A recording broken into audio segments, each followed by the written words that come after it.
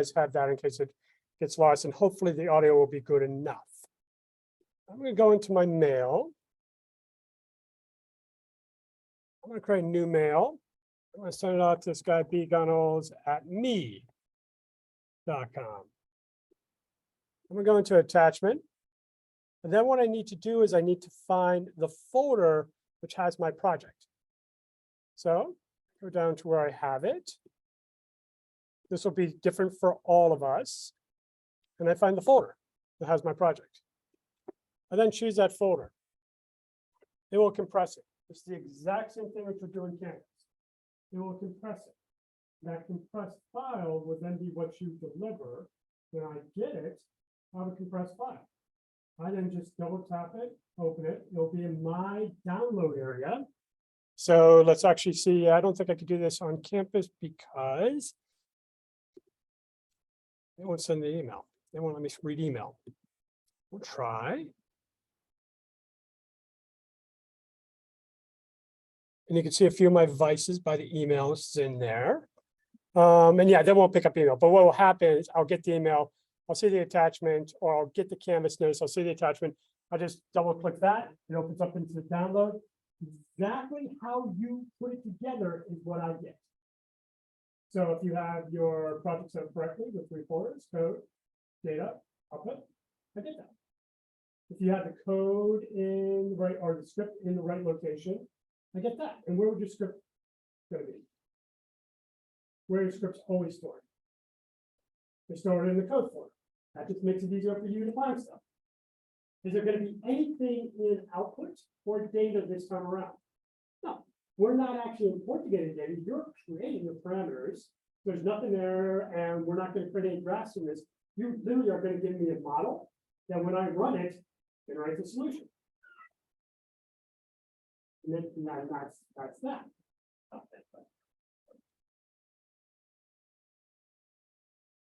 Does that, Fabiola, answer the question? Awesome. Questions, Ashley? I think you have one.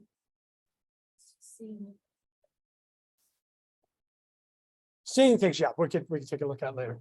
Any other questions with the homework?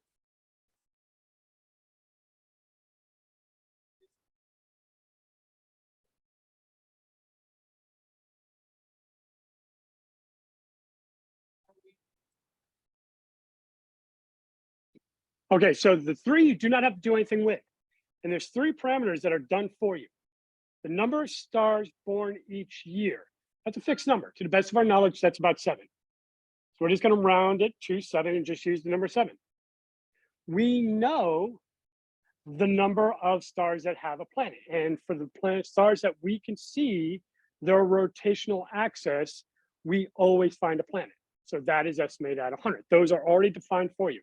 We know for solar systems where we are able to see that collection of planets, that based on what is defined as a habitable zone, which is a ratio of distance from the star to the planet, where it's not too hot with too much solar radiation, and it's not too cold with too little solar radiation, it's a Goldilocks zone, that about 20% of the planets that we see as exoplanets sit in that range. Those all 3 are known. You just have to put in the numbers there. That's it. The parameters that you then estimate, you have to come up with a reason why you're giving that number. So the first 3 variables, what's the range of those numbers? What's the range of the numbers for the first 3 variables? Range. What's the range of the number? Possibilities. What's the possible range for those numbers?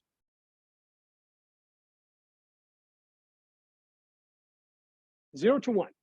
They're all proportions. All of them are proportions. They're 0 to 1. They're proportions. What happens if you say one of them 0? Everything else becomes 0. Is that reasonable under any condition?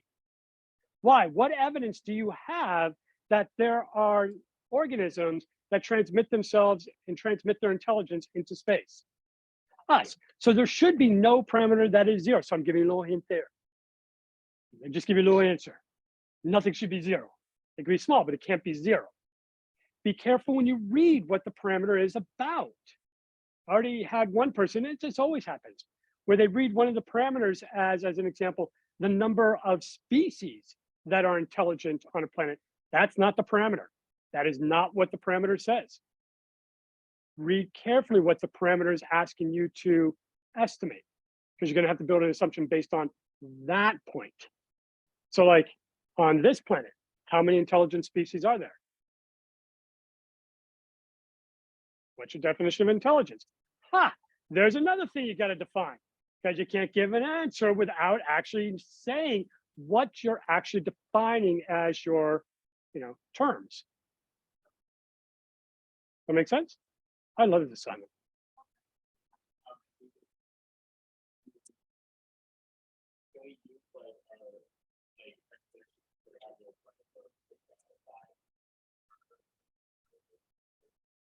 I don't understand.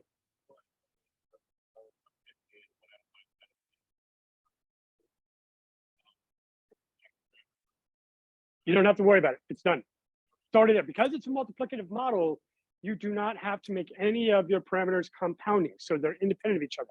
So now for the planets that are in the habitable zone, you're addressing what proportion of those planets should have seen the evolution of life.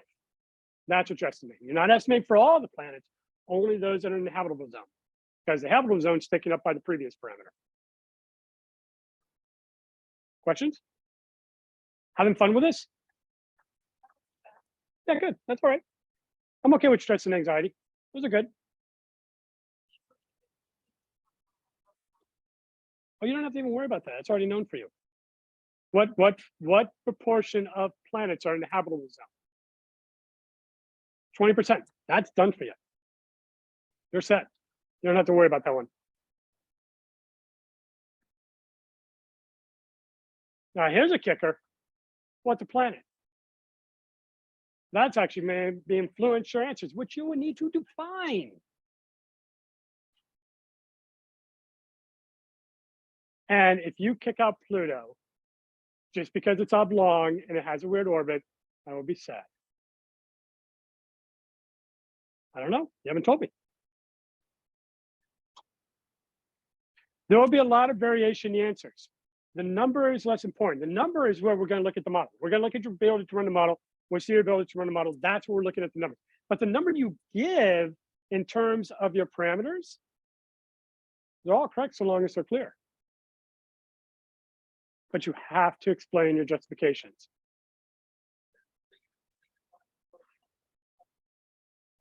Because you don't need it again. Because you now defined that, so it's the same premise should still hold.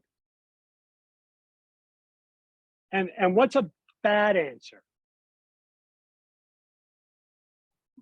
Well, don't be a parent when you ask for an explanation. And what does the parent say to you? Because, or because I said so. That first word, because. That's not what we're doing here. You don't get to put down 0.36 and then say, because.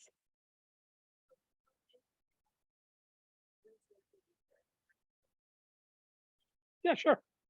But you should not be doing anything and using someone else's estimate.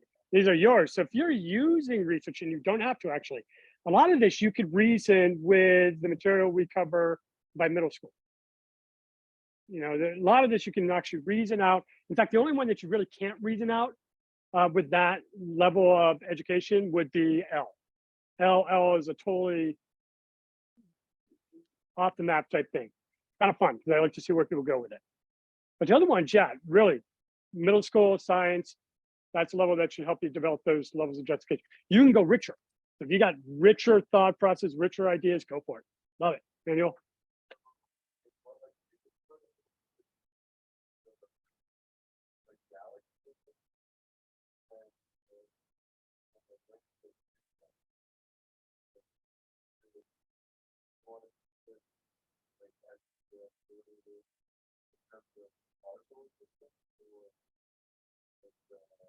I don't know. You haven't told me yet.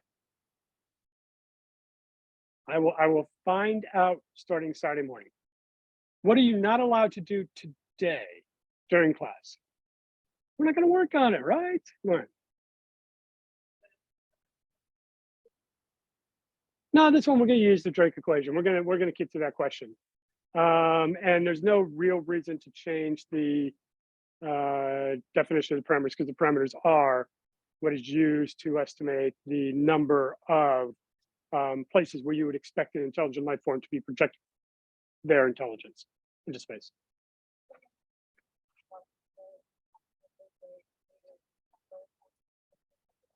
You'll be graded on your logic, not the number. Yeah, you'll be graded on the argument, the assumptions, not the number. Well, I guess, okay, so I don't expect this to happen. You could have a logic which leads to an obvious number and then put down something else. And then, yes, then you would be grading a number, but I don't see anyone doing that ever. And I've never seen anyone do that. There's always a first. There is. No, but I don't expect it. Any last comment? Any last question? Yeah, Sean.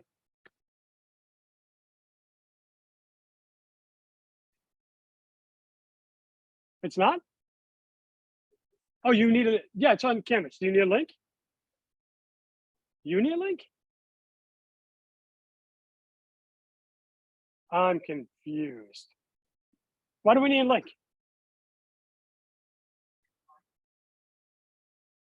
Oh, that's flipping brilliant. So you actually have the Zoom on your desktop. Done. Yeah, it is on Canvas already, I think. Well, give me 2 seconds. Nope, that's what you gotta do.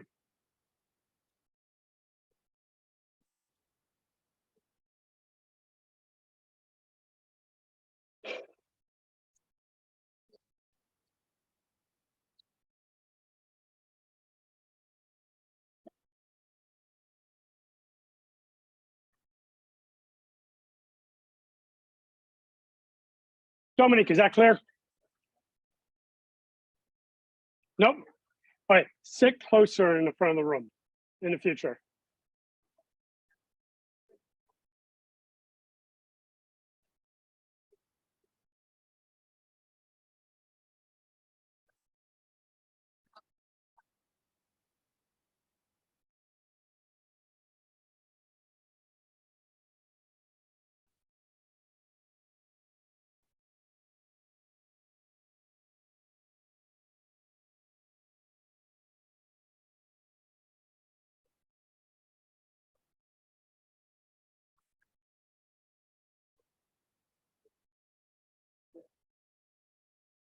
Okay, Nick, I'm lost. We want to address this question, right? Here, I just reopened it. We've already started some work, but I'm lost. I did say Nick.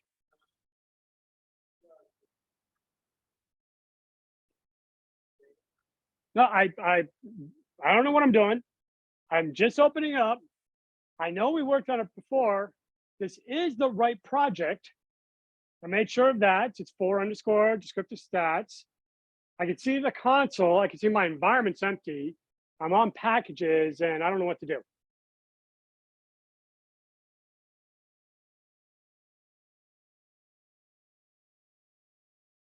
Talk to me. I'm just your tool. File at the top left.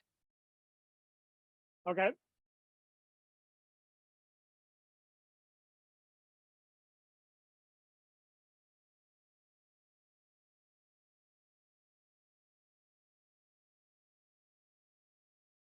File, open projects. Okay.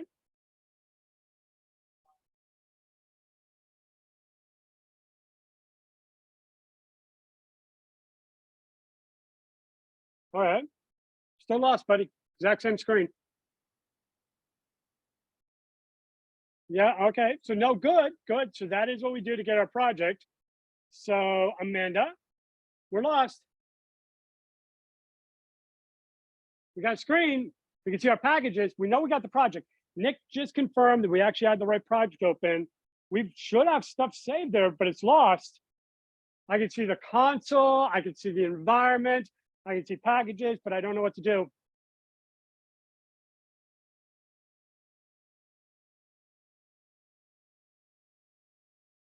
I want to open the script. Yeah, so where do I go? I'm so sorry. What was that?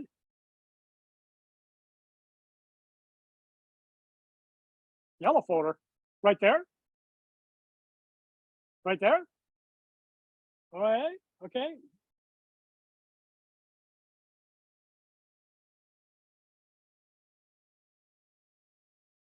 Look at that.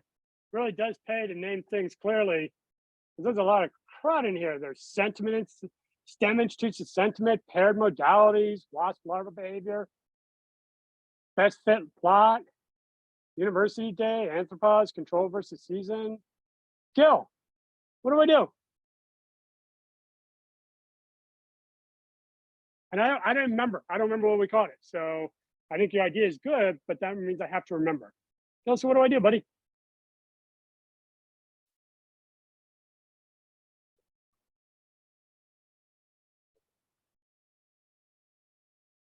Yeah, so we need to get our script. Do we see where our script is?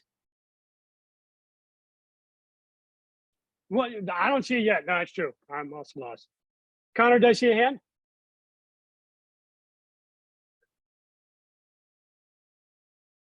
Where?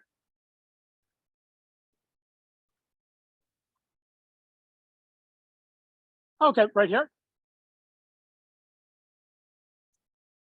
All right, when you open up a project, you are working within that project, which means everything associated with that project is right there. So you go to files, and then you can go to where you have your stuff.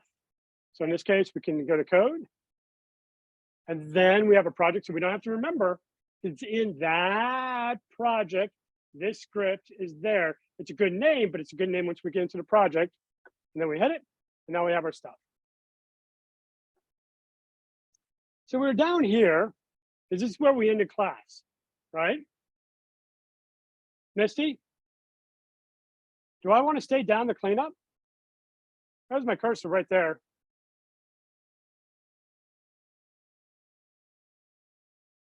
Do I want to stay there, or do I need to be somewhere else within the script? You want to go to the very bottom? To start? I like how you run marathons. That's awesome.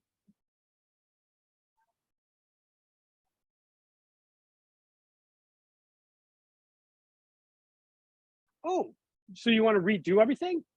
I don't want to redo anything. I like to go with the work I've already done and continue it. I don't want to redo anything. So, Fabiola, is there a way that we can take advantage of the work we did previously?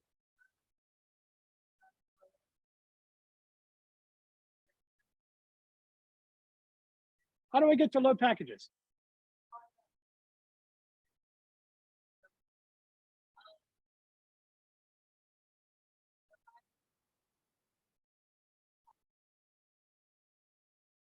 I mean, this thing that was right here, where'd it go? Customer lines. Yeah, this is a little index or outline or whatever you want to call it. Index or outline. How do I get to the top? How do I get to the beginning? Because I have to run the entire marathon. I like your style, but I'm gonna go all the way through it. How do I get up there? Under the index? Okay, there we go. There we go. Okay, I like that. I like that. So, Catherine, is that first line going to be red?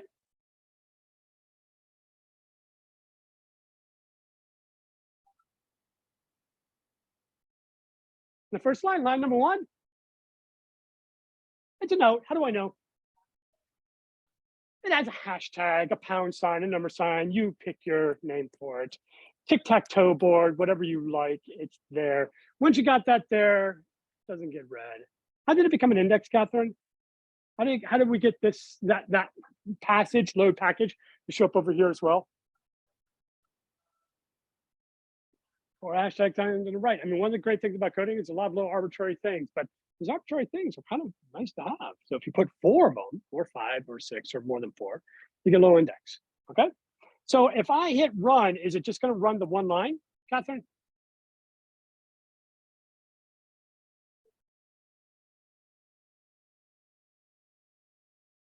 Okay, well, let's find out. What do we say? And where do I need to put the cursor? Do I need to highlight everything? Let's put the cursor at the end, the beginning. Anywhere in that line, good.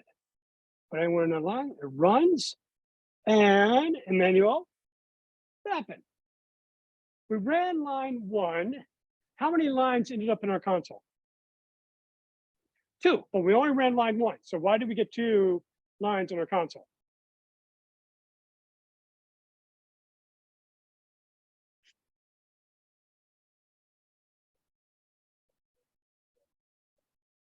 So it's a note. So then why did we run the second line?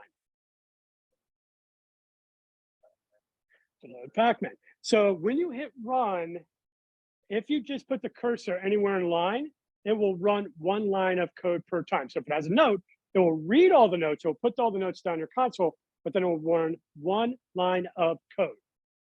Okay? And as Emmanuel said, what we did is we used this function, pacman : p_ load, and we load 2 packages, pacman and tidyverse. And what's the point of pacman? Just anyone? That it's nothing more than that. Just load and unload things. I heard one guy talk about it one time on a video, and I'm like, oh, that's cool. And that's why you're doing it. Christmas holiday 2020. There you go. Why do we do tidyverse?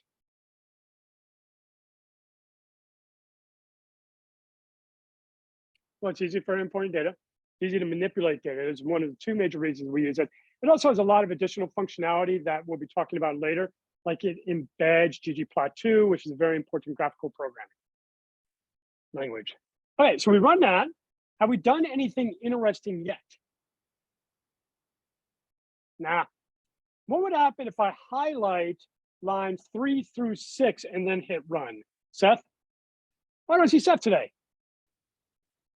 And therefore, Diana?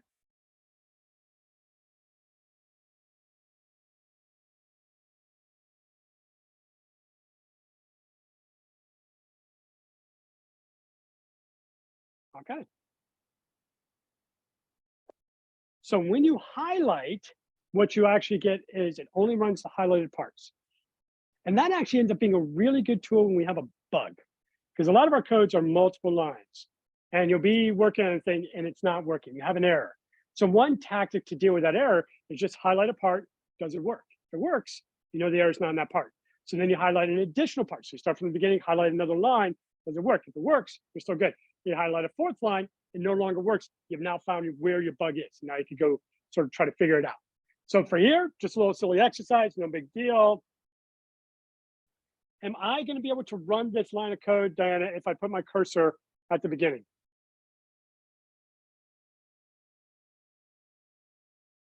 Do you think it'll run or no? You think? Yeah. And how do we find out? Yeah, we just do it. This class is just so much about you just try stuff and you're gonna figure out things I don't know anything about, and I'm looking forward to learning it. We try things. So what did we do in that line of code, Jordan? This line right here, line 7.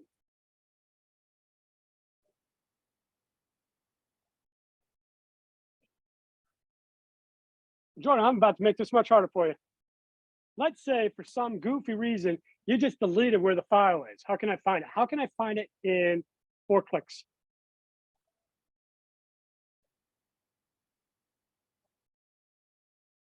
Oh, that could get complicated. I'm lazy. I don't want to be complicated. Catherine wants to help you. She's right behind you if you want.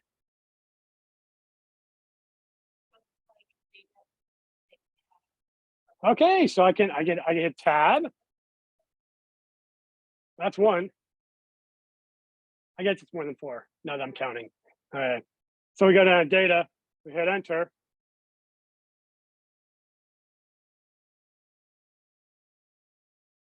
What do we do now? I gotta go back.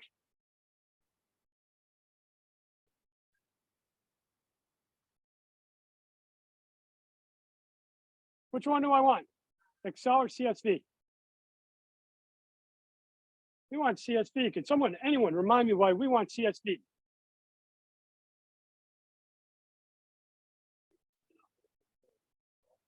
And it's still a little buggy because Excel files have a lot of embedded hidden code that doesn't always work in open source environment because Excel, like Microsoft, is proprietary. It's closed source.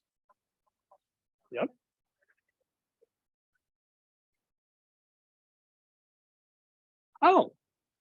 Oh, yeah. because that's just the function that tells R what it's about to do. This is just telling R, you're about to go read a CSV file. And then we're telling R where that CSV file is. And the last part of this chain is telling R what the actual CSV file is. That's a great question. So when these black parts are just the functions or variables or conditions in our code. When they're green, they end up being sort of objects that we are working with. Great question. Okay, then we hit summary. And Victoria, I'm going down to the console here, and I'm looking at my summary, and it's kind of cool, but it's also kind of weird. What's cool?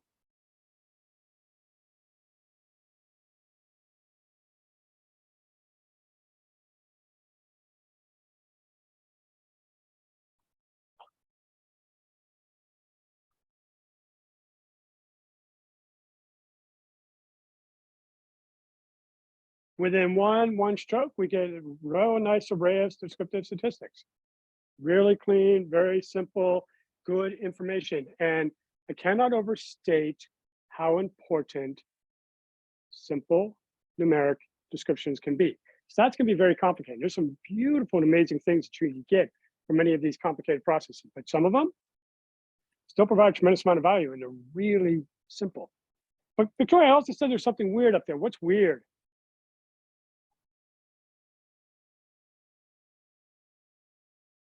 The behavior is weird. So when we actually look at the file, and I'm going over here to that little spreadsheet, which then brings up a view panel to see the actual matrix, DF. And I go over to volume, and volume's fine. We got numbers, and that makes sense why we got these descriptive statistics. But the behavior is weird because I have two types of behaviors. I have lobe, where the animal puts its lobes directly in front of its head. And we have head, where the head is exposed to the outside cap of the cell. So we have these two behavioral states. But when we look at R is calling them characters, and we don't have anything about lobe and head. So what do we do?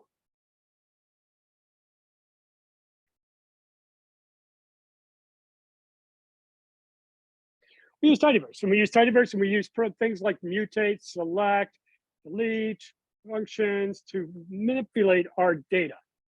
And for right now, all we're going to do is we're going to manipulate behavior. I made a mistake last time. You guys caught me, and it was good.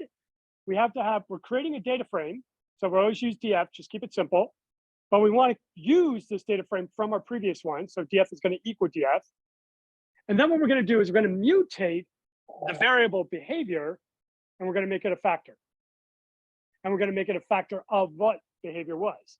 So again, we're using the same name, but we're changing it from a character state to a factor state. Where is the pipe? And that I want, actually I called in you, right? I called in you already, right? Oh, then you're up, Ashley. Where's the pipe? It's somewhere between line 12 and line 13. In tidyverse, we do a lot of piping.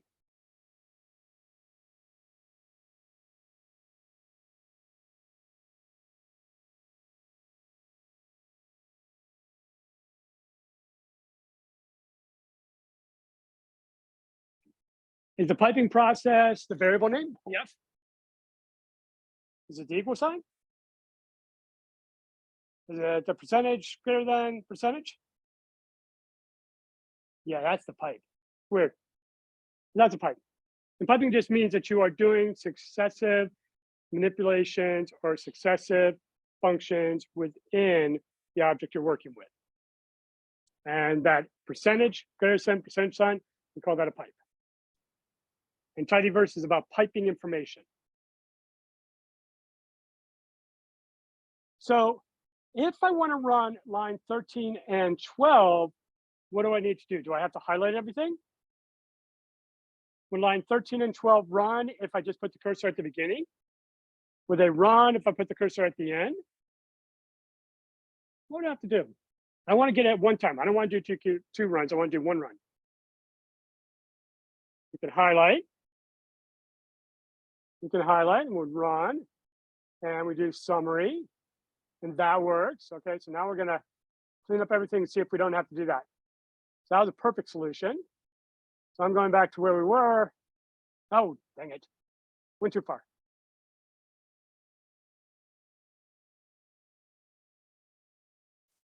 The other thing about when you have piping, you just have to have the cursor anywhere.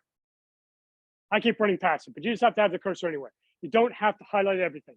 So long as the cursor is in line 12 and line 2, the whole thing will operate.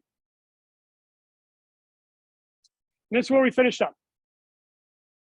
We had a summary, and we now have our behaviors as factors, and we have our volume. So we're ready to go.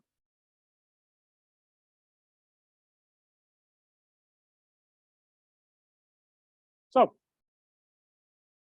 this is what I want you guys to do. I want you to use the mean, standard deviation, median function to determine descriptive statistics of the animals. I want you to describe problems associated with each of these numbers relative to the data. I want you to figure out the function you could use to determine the number of times that larvae showed low extended behavior. I want you to create a plot or a box plot that looks at the relationship between behavior on the x-axis and volume on the y-axis. And some of you are going to be using a program that is deprecated that doesn't allow you to use the plot to create a box plot. If that's the case, then you have to actually use the function box plot. Okay?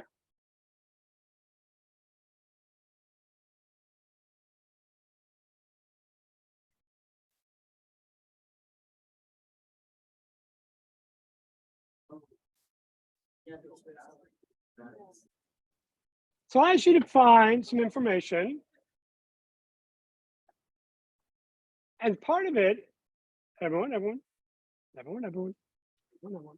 I should find the mean, standard deviation, and median for salivary secretion. So how can we very easily find the mean? For that, I would like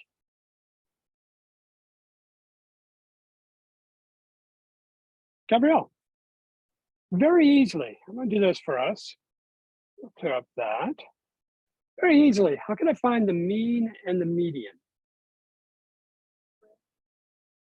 I did, so it's gone now.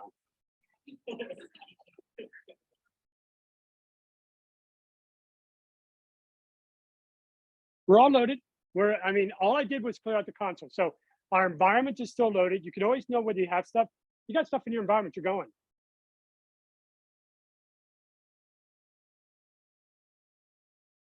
And one of the things is you don't have to type everything into your, script. You can type stuff directly into your console. We get mean, we get median. Do we get the mean and median of both variables, volume and behavior? Gabrielle, why not? What is numbers? What type of numbers?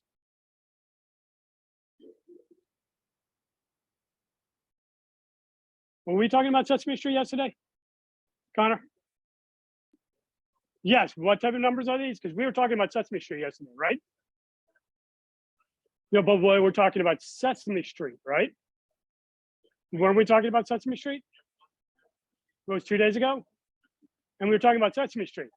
And I keep asking the same question. You still don't give me the answer yet. What type of data is this? How many people like Sesame Street? Oh, come on. Oh, terrible. Fine. Like to the past. The count. There's a count data, right? The count. Remember, yeah, count. We talked about the count.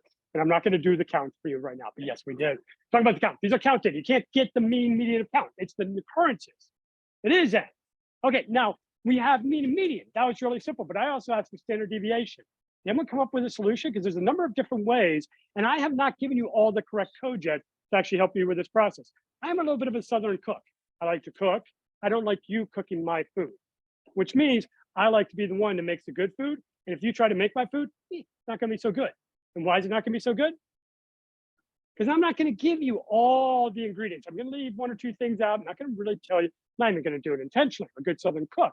But there's something I'm just going to forget when I give you the recipe. And then you make it at home. It's like, oh, you come back to my house, it's like really good. Southern cook. I do that with coding as well. There's some missing information. It would be helpful to you, but I expect 1 or 2 people found a solution. How did you find the standard deviation? First, can you find a standard deviation of behavior? No, because behavior is counting. You can't find a standard deviation of behavior. Can we find a standard deviation of volume of microliters? Absolutely. So what is the function for standard deviation? We'll start with that. SG, love it. Now, when you want to do an operation on data, do we use equal or do we use parentheses? We use parentheses. When you are defining something as another term, we use equal. When you are doing an operation, we use parentheses. So we do parentheses. One of the nice things is it now does open and close parentheses together. So now you can just type in between. So what's a good idea? Anyone come up with some way of figuring out how to get standard deviation of volume?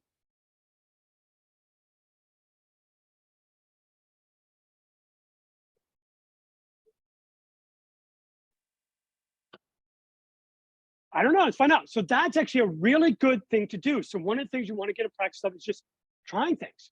So I like that idea. So let's just type in DF and then we run it and we get an error. And we get an error that is coerced as a double, and double is a different type of data and it doesn't know what to do with anything. Why did we get this error? Like, why didn't this work? It's a great idea, but it did not work. Why? Because DF also has the behavior. When we need to remind ourselves, DF is a matrix. You're not getting the standard deviation of a matrix. You want the standard deviation of a variable, not everything at once, just one variable at a time. DF, great idea. What might be an alternative idea if we just want a variable, not behavior? We want volume. What can we do then? New idea. Menu. Brilliant. Let's try that.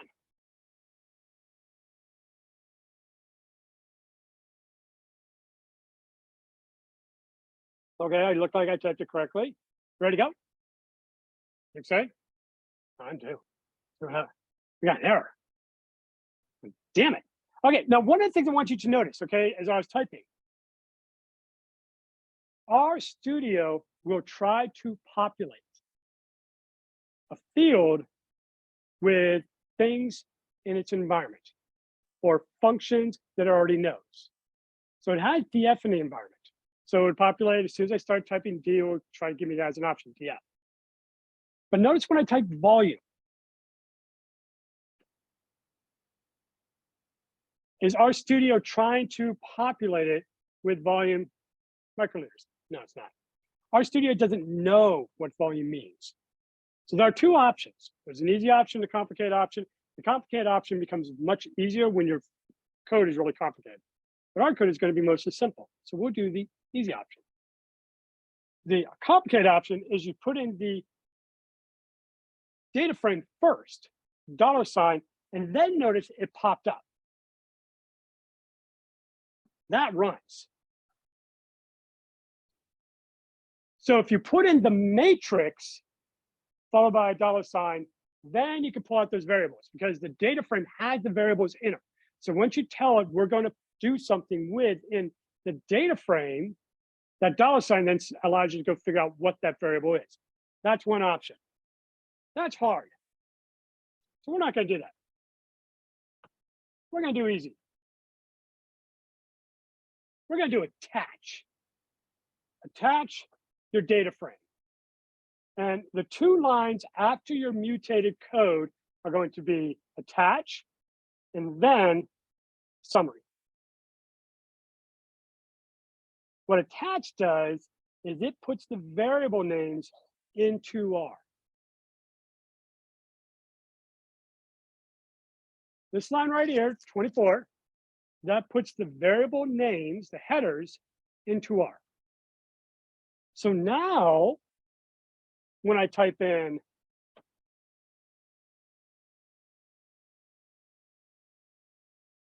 standard deviation and I start to type volume, R knows that, and now knows that this is an object within this project, and it starts to give you the rest of the information. I can hit enter. I can't run. I get my code. So Connor, what does attach mean? What does attach do for you?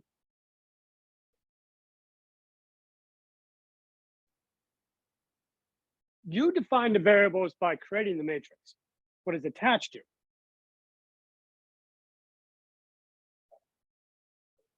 It attaches the variable names to R. So it puts the variable names into R. So now you can just call it the variable names. This works beautifully so long as you are not working with multiple data frames at the same time. As long as you're only working with one data frame at a time in a script, this is perfect. It'll make our life a little bit easier. And therefore, I'm going to leave myself a little note. Attach, places,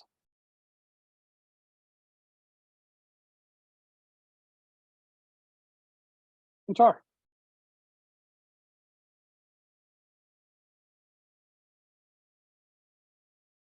Into the active R script. That might be a little bit better.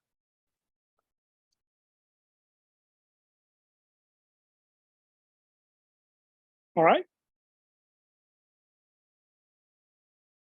So now please go ahead and continue with this.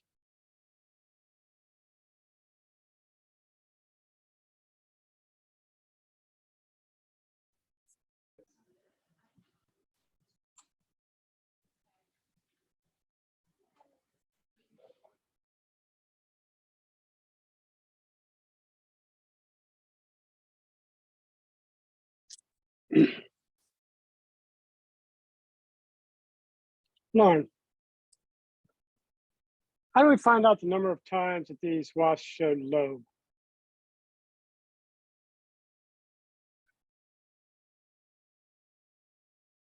Why don't we start with that?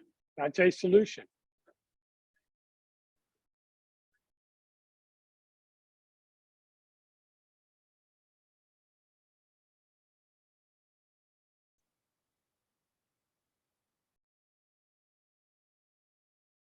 That works. Yep. Some of these things are nice and easy.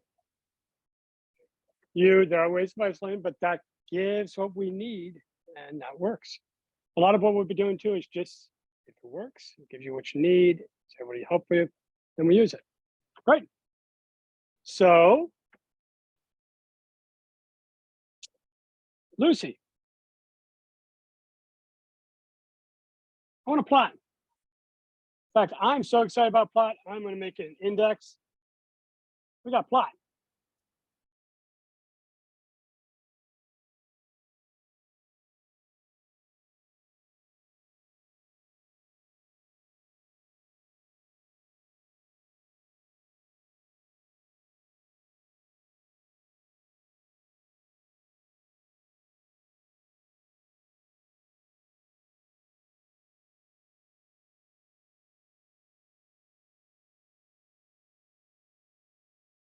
Interesting. Haley, what do we have here? I had no idea what was going to happen, by the way. Not a clue what was going to happen. But we got something kind of interesting. What do we got here, Haley?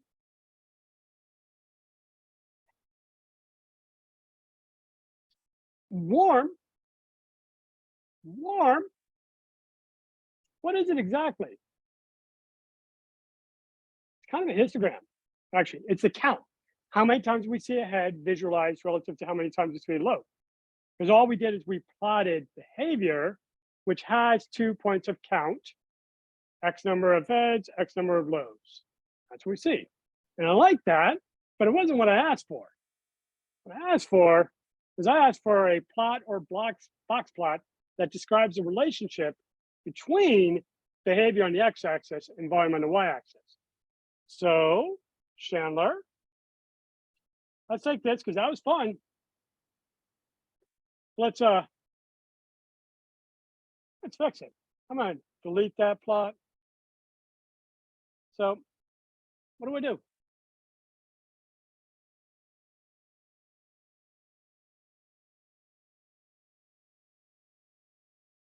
Yep, squiggly line, the tilde. Yep, yep, yep. Behavior. Should we see that happen? Oh, we got this very sad thing. Don't like that. Think that's true? Seems like it should work for me. We'll find out. Oh, that's kind of nice.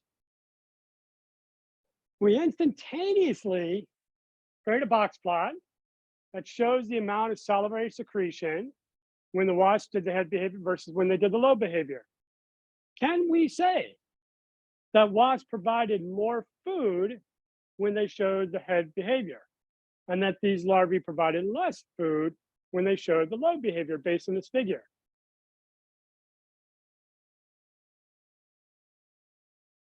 This is a trick question and one of the foundational points of this class. Can we say? No, why not? We haven't done any tests. It very well may be different. It may not be different. We don't know. We're humans. We always want to see patterns. We always think something's going on. It may not be. There may be. That's why we use the statistics. But this plot is good. I like it. However, I asked for this. I want that as our name. How do I change this volume underscore microliter to salivary secretion, parentheses, microliter, or salivary secretions, parentheses, microliter? Julie, sharp. Got an idea?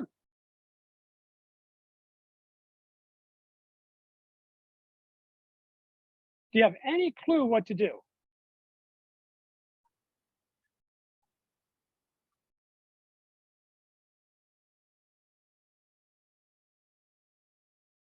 Yeah, but I just want to change this name.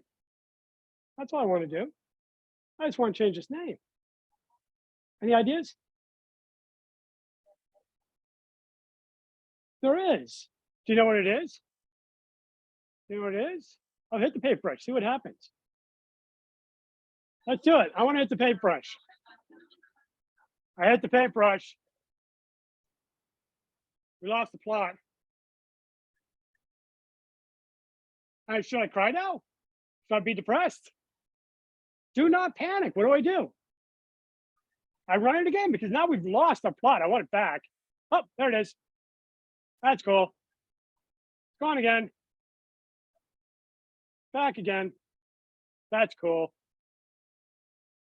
I want to change this right here. If you don't know what to do, what's one of the first things you should do?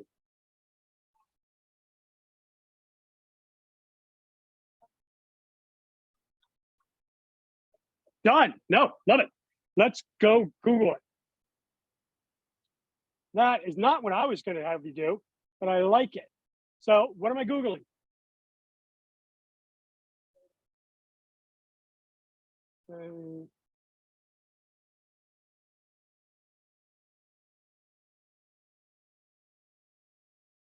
All right, change axis labels. That looks pretty good, right? Because that's what we're trying to do. So let's make this a little bit larger so you guys can see it. That's maybe too large. I need to sign in. Anything look interesting here? Data, notch, variable width. Nope, don't liking that. Not liking that. There's nothing here, so I know I don't like that. So I keep looking. Well, that's kind of cool. They flipped it. Oh, I see how they flipped it. They just reversed the order. That's cool. Keep going down. Oh, I like ggplot. Oh, this is good, but this isn't going to help us. We got off in a weird way. Plots in R with the plot function. And the nice thing about Google, if you don't know how to actually spell, it fixes it for you.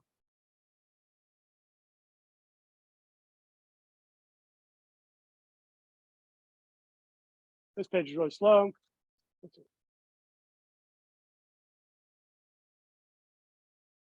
Oh, let's find out. I don't know. You want to find out?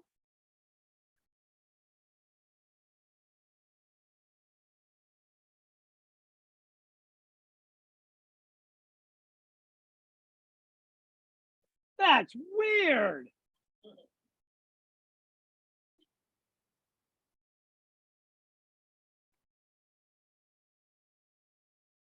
Okay, that worked.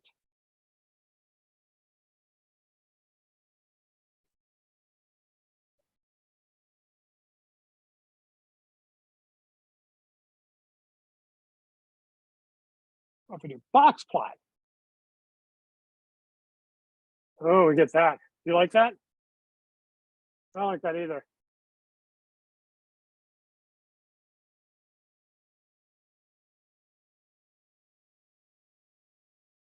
I like that. So we could go, we're going back in Google, we're Googling it. And people are giving us stuff. That's cool. That's great. That's good. And that's all I'm doing is looking at pictures. Now we're in ggplot2 again. Okay, so we'll try one more. That's cool. That's cool. That's good. Nope, I'm not liking this option. It's one of the few times, but it's because we're using a very old graphing system. Otherwise, Fabiola, it's an awesome choice. What's that? Tell me. Mhm. Yep.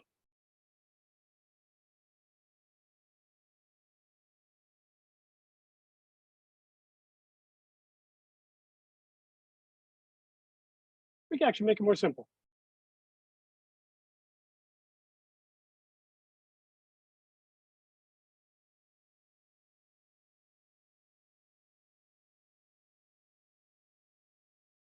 While function.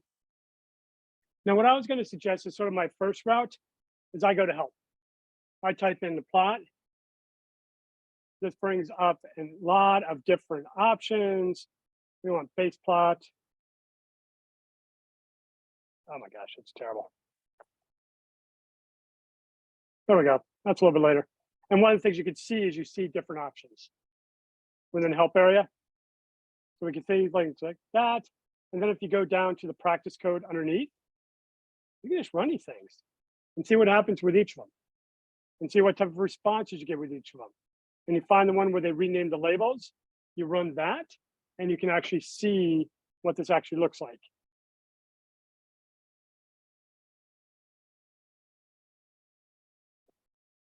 So where I tend to go first line is help. Second line, Google.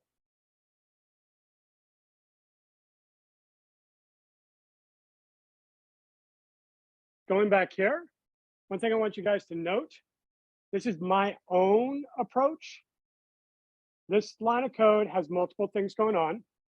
We have a box plot. The first thing we're doing is defining the parameters of the plot, volume by behavior. Then we're going to define another parameter of the plot. So we put in a comma. I like to put enter and put on the next line. It keeps things clean. It keeps things organized.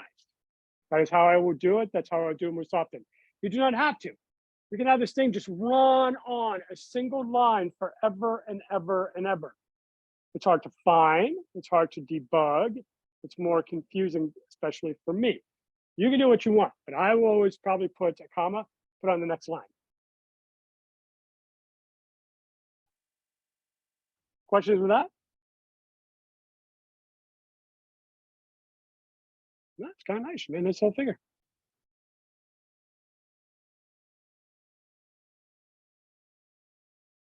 But so pivot tables are key, and there's some easy, nice little ways of getting pivot tables in R. One of them is called tapply. Tapply is where you take a variable like volume, you evaluate it relative to a grouping system, a categorical data like behavior, and then you apply a function. So what I want you guys to do is find the descriptive statistics for the amount of salivary secretion of head versus lobe using one line of code with tapply.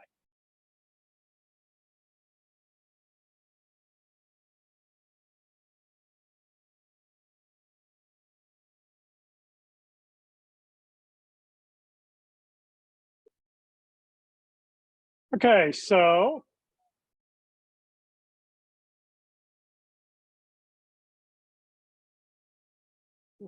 Good question.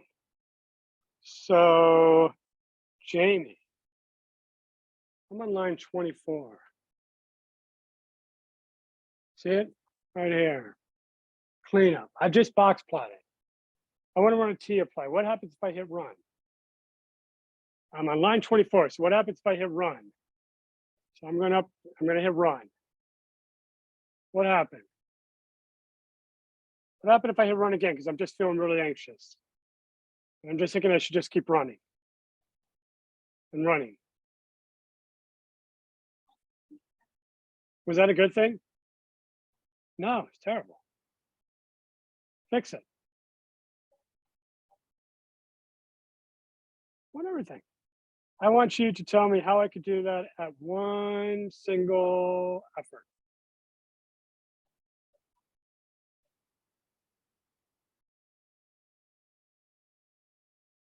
Should we try it? Cool. Yep, you got us back up to speed. So one of the things some people do is they put a lot of space between the cleanup and your last line of code, because it is very easy to just hit run too many times. And all of a sudden you've just wiped out everything. And here it's not a big deal. It takes a half a second to run things and get going. So Madison. Oh, Madison's talking to Sean. Madison, you up for this one? Great. I want you to fix it. How do we get the descriptive statistics for each of the two behaviors using the tapply function?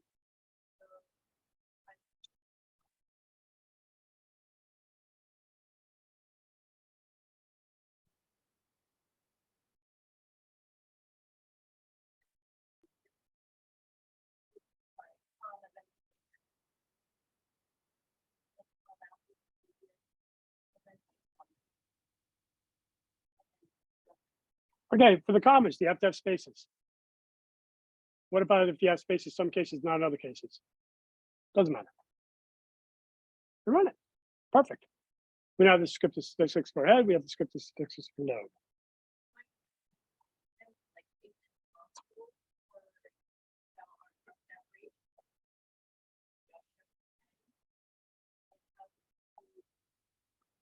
I don't know. Never crossed my mind. Yeah, no, it's a good question. I have no idea. Yeah. When there are lots, I use a different function to set up things. And then a lot of times I grab what I do in R and pull it into Excel, where Excel sometimes is easier to hide and see things more quickly. But that's how I do it. I don't know. There might be a way. Good question. Other questions? Okay. So alternative plotting, box plot works, which is great for the code. And I'm just going to go past here because we've got this idea. You can define additional parameters. Now our lines for a plot may be 2 to 3 lines long. By the end of the semester, our lines for a plot will probably be 40 to 50 lines long. You have the ability to control every facet, which is nice, presenting the exact same information. And visuals are key to understanding statistical patterns. So the tests are important, but so are the visuals to make sure that you're communicating what you want people to understand. All right, so I want us to get a new data set. It's called PET. Open it up, and what I want you to do is I want you to get it organized. I would have you open up a new script because there's going to be a new data set. And I would encourage you to name that script appropriately for something that is about pets.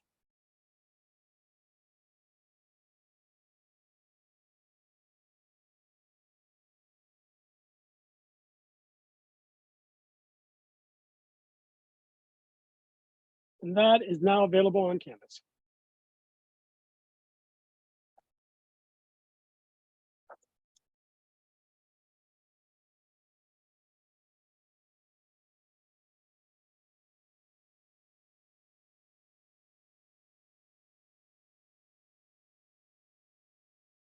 Okay.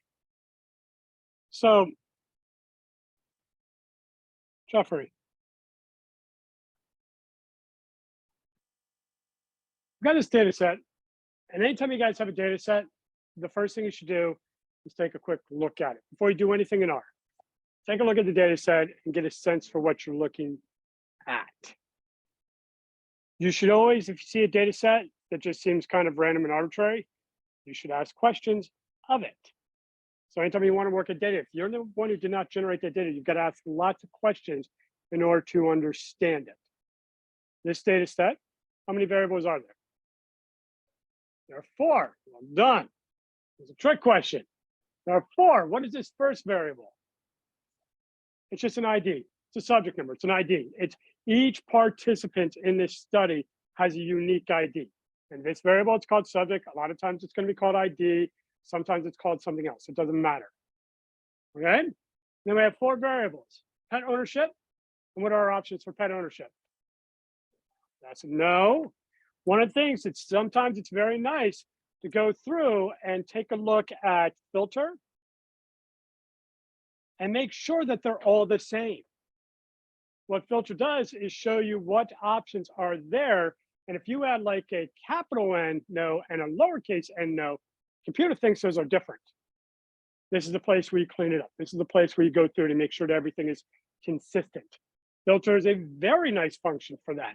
One big other function, Jeffrey, I want to take a look at with filter to make sure everything is consistent.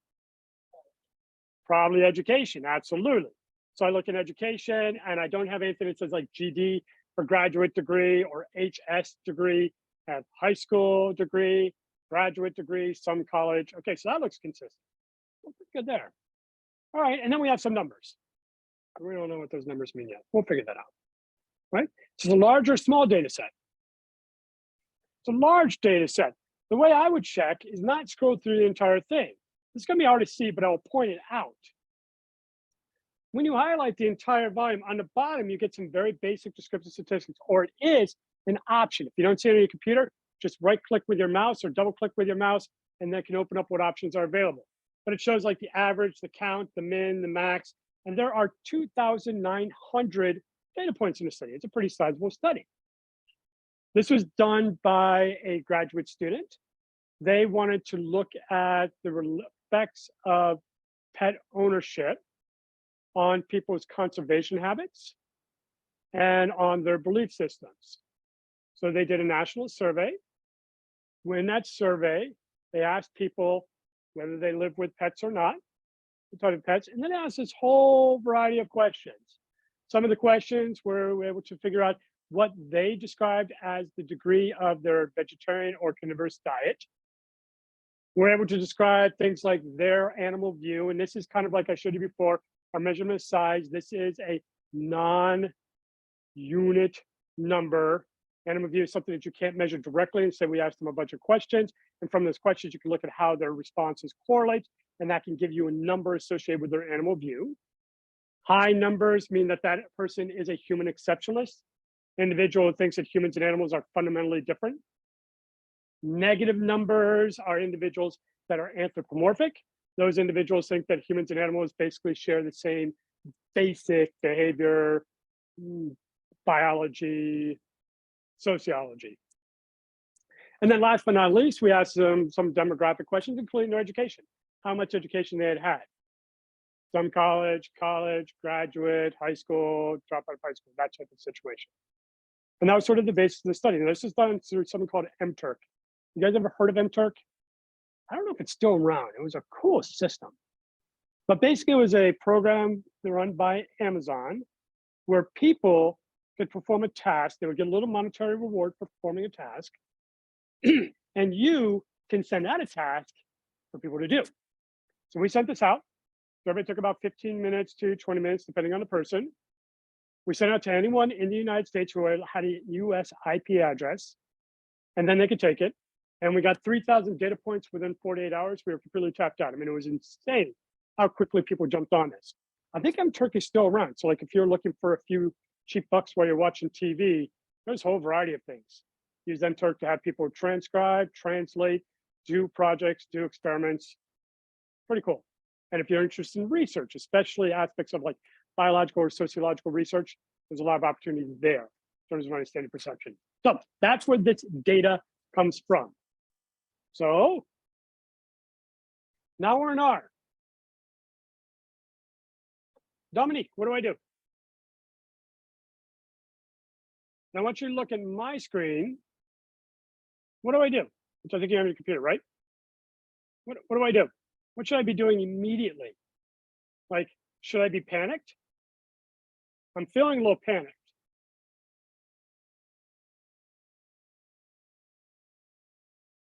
Oh, I like that. I like that. I'll do that. I'll do that. So I go up to File, I go to R script, open up a new script, and a new script opens up, and that's great. But should I feel panicked? I still feel a little edgy. I'm a little nervous.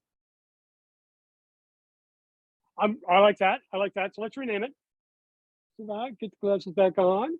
Go down to Save As, and we're going to put it inside Code, and then we're going to rename it. And what's a good name?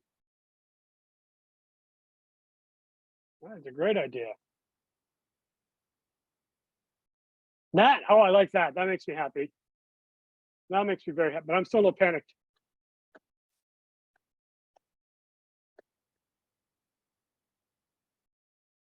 Oh, I'm too stressed out to do that. Gil? Yes, really, really get in the habit. I was walking around and more than half the people did not have things saved. Now the codes right now are small and simple. But when you put in time, and you will put in time, and maybe you'll be working on a homework and that homework is taking you hours. It's not meant to, but it may, that's fine. What is not fine is when the power goes out on your desktop while you're working on it and you didn't have it saved.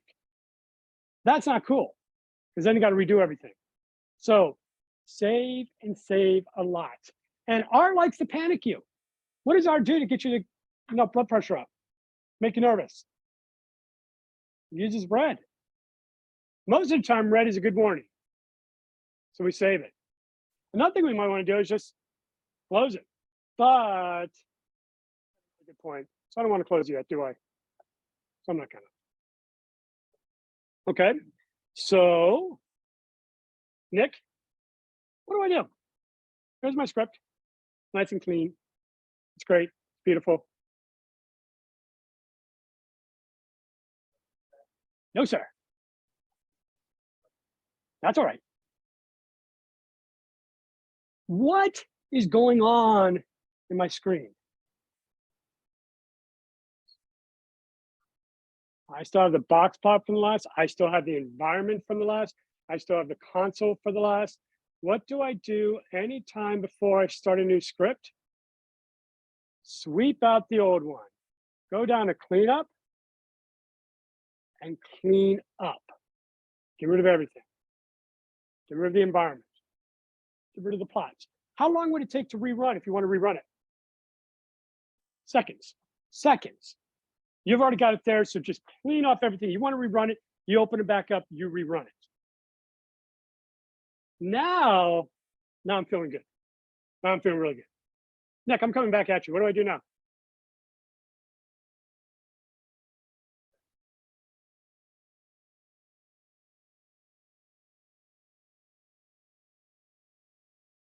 Nick, do you like to do a lot of work over and over again? Do you think the favorite thing in the plant to do is repetitive tasks?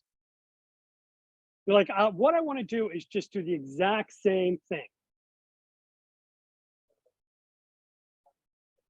What am I going to copy and paste?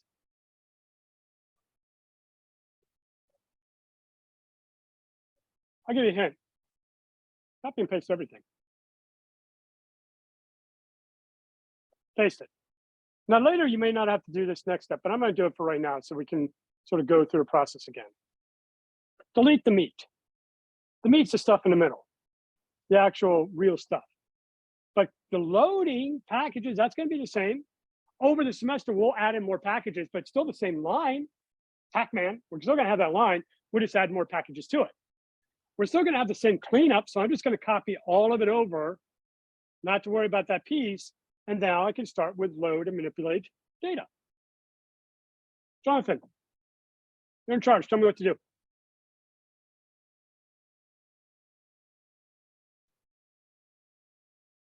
Great. Tell me what to do.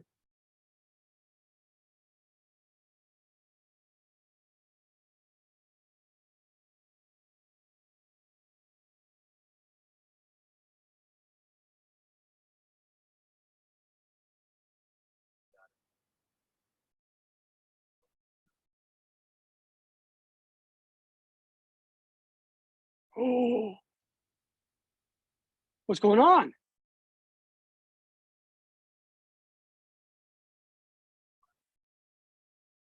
Well, how do I do that? Okay. I mean, this one we have right here.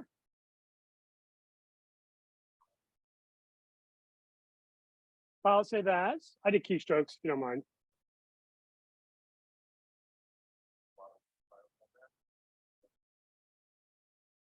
Happy to. And then let me make sure I put it in the right spot, right? Okay, let's make sure it's the right area. That's in. Safe. Excellent. So now we can go back here. And what do I do again? All right. Should we run it? Uh-oh.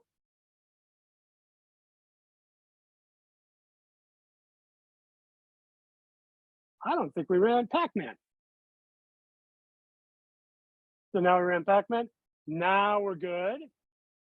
Now we can take a look in the viewer to actually see our data. Our data looks good. That's excellent.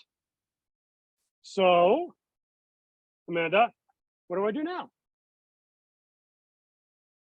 Happily.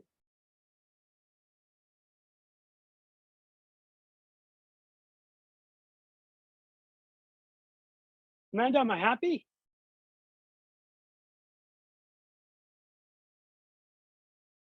Am I happy with subject? Subject looks cool. Am I happy with percent vegetarian? And by the way, in our study, no one was a carnivore. How do I know? There's no zero. Our minimum vegetable eater was 20%. Excellent. Animal views, that looks good. But Amanda, what about pet ownerships and education? Does that look good? Do we like that? The characters, do we actually know what the actual categories are? I don't know what they are. Do you know what they are? I don't know. So we got to fix that. So we got to fix that. So Gil, what do I do?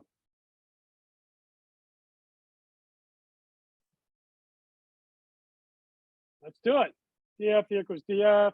Then we create a pipe. And enter. What do I do now? Love it.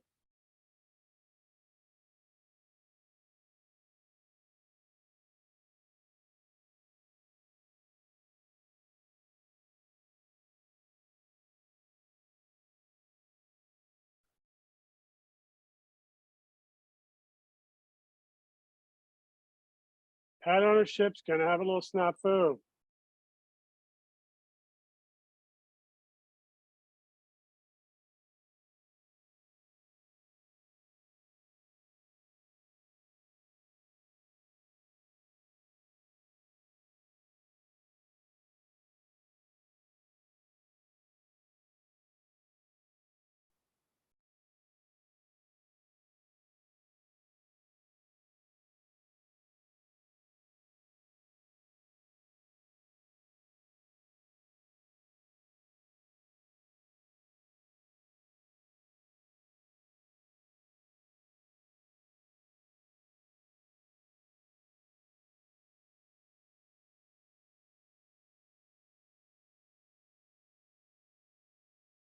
All right. R doesn't like blank spaces. You can fix this in one of two ways. If you have a variable name with a blank space, like we have pet space ownership, there's a space that's blank. R doesn't like blanks. One way to fix it is to go back to Excel and get rid of the space. So instead of pet space ownership, just make it pet ownership, one word. That's an easy way to fix it. That tends to be the way I fix it because I don't like to type extra things. Another way to fix it is to use a single quote around a variable, and then it is recognized as a variable. But that means I have to do it every single bloody time. Do I want to do it every single bloody time? I do not want to do it every single bloody time. So I'm going to go back to the Excel file. I'm going to first do this. That was beautiful. I'm going to get rid of those quotes. I'm going to get rid of that space. Look at there. That's looking lovely. Going to find my Excel file, which has disappeared.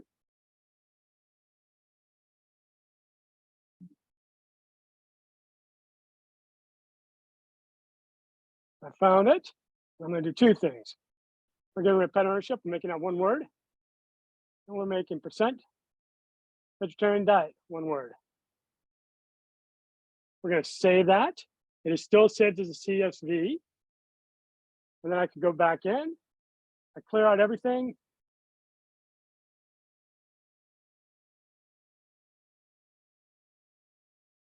And I rerun it. Oh. What time are you guys supposed to tell me when it's like, getting close to the end?